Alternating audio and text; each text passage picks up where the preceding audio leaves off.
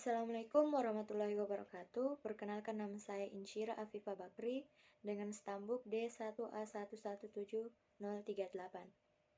Dalam video kali ini saya akan menjelaskan secara singkat mengenai sejarah politik pertanian. Sebelum kita masuk ke dalam sejarah politik pertanian, terlebih dahulu saya akan menjelaskan mengenai pertanian dalam arti sempit maupun dalam arti luas. Pertanian dalam arti sempit yaitu suatu budidaya tanaman ke dalam suatu lahan untuk mencakup kebutuhan hidup manusia. Sedangkan pertanian dalam arti luas, semua yang mencakup kegiatan pertanian, tanaman pangan dan hortikultura, perkebunan, kehutanan, peternakan dan juga perikanan. Setelah kita mengetahui pengertian pertanian secara arti sempit dan arti luas, selanjutnya kita akan saya akan menjelaskan asal mula pertanian. Pada zaman dahulu manusia hidup secara berkelompok. Ketika jumlah manusia meningkat, maka kebutuhan manusianya juga akan ikut meningkat. Sehingga ketika kelompok tersebut mengalami krisis makanan karena sekitaran lingkungan yang mereka tempati tinggal itu kehabisan makanan, maka kelompok tersebut akan berpindah tempat untuk mencari tempat yang lebih menyediakan makanan yang lebih banyak lagi. Sementara kebutuhan manusia dan ketersediaan alam tidak seimbang, maka manusia-manusia tersebut kemudian berupaya untuk memenuhi kebutuhannya, yaitu salah satunya itu dengan cara menumbuhkan tanaman dan melakukan ternak atau memelihara hewan.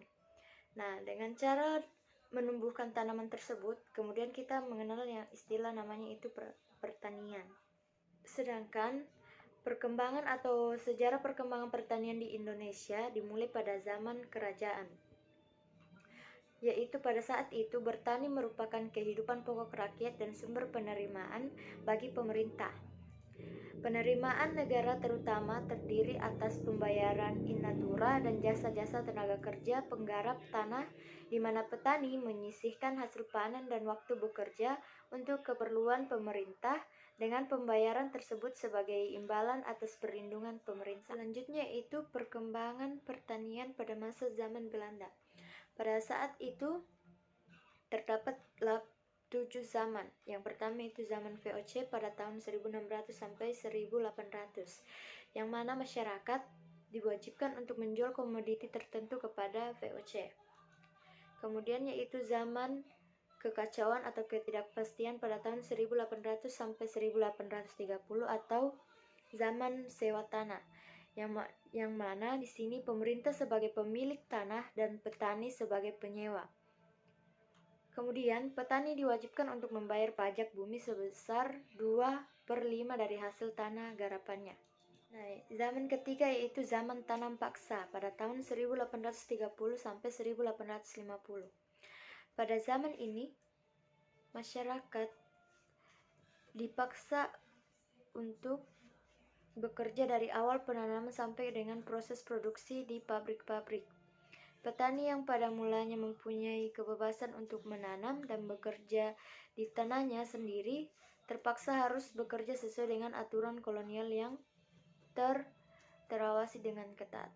Kemudian zaman keempat yaitu zaman peralihan ke liberalisme pada tahun 1850 sampai 1870. Pada zaman liberalisme pada tahun 1870 sampai 1900, di mana berdasarkan Undang-Undang Agraria 1870 dibuka modal swasta dari Belanda, Inggris, dan modal-modal swasta lain dari Eropa.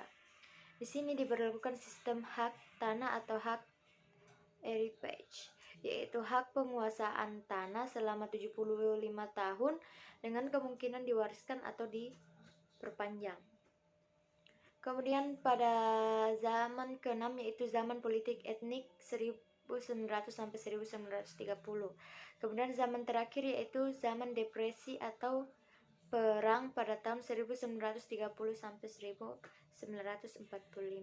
Pada era reformasi, Di zaman ini, pembangunan pertanian dapat ditelusuri berdasarkan periodisasi sejak pra-pelita 1945 sampai 1969. Dilanjutkan di setiap pelita sejak pelita 1 sampai dengan pertengahan pelita 6 di bawah Kabinet Reformasi 1988 sampai 1999 hingga di bawah Kabinet Gotong Royong.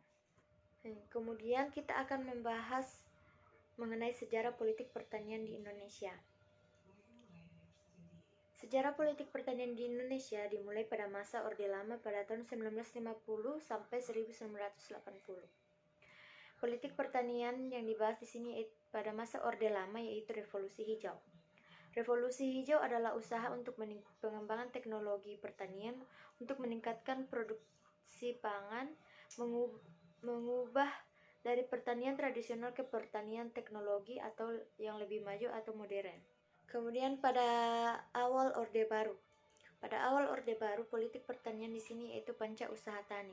Panca usaha tani sendiri yaitu suatu upaya dalam meningkatkan sebuah produktivitas lahan yang meliputi pengolahan lahan, pengairan atau irigasi, cara pemupukan, pemberantasan hama dan penyakit serta teknik dalam penanaman pemakaian bibit unggul. Selanjutnya yaitu pada masa era 80-an, yang mana maksudnya industrialisasi, yaitu pertanian mulai ditinggalkan kemudian beralih ke industri, dan Indonesia mendatangkan WTO atau World Trade Organization, yang mana itu suatu organisasi internasional yang mengatur perdagangan internasional.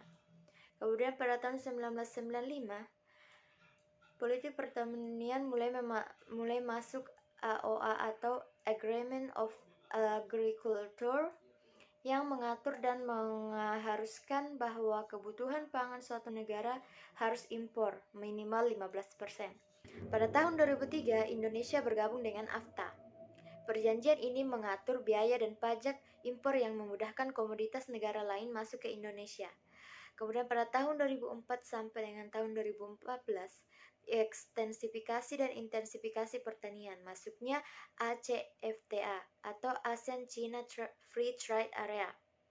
Kemudian pada tahun 2014 sampai dengan tahun 2019, Indonesia bergabung dengan MEA atau Masyarakat Ekonomi Area, dan menerapkan ekstensifikasi dan intensifikasi pertanian untuk mencapai swasembada pangan tahun 2019. Pada tahun 2020 atau pada saat ini, Menteri Pertanian Syahrul Yassin Limpo kemudian melakukan suatu kegiatan yang disebut dengan Musrembang Tan, di mana Musrembang Tan yaitu Musyawarah Pembangunan Pertanian. Dalam kegiatan tersebut terdapat beberapa program, antara lainnya yaitu pengembangan logistik benih, peningkatan produk serta produktivitas dan optimasi lahan, peningkatan nilai tambah daya saing dan pangsa pasar, kemudian melakukan modernisasi perkebunan dan optimalisasi stakeholder, dan juga meningkatkan berupa kapasitas sumber daya manusia dan kelembagaan ekonomi perkebunan. Ya, itu saja penjelasan secara singkat dari saya. Kurang dan lebihnya mohon dimaafkan. Assalamualaikum warahmatullahi wabarakatuh.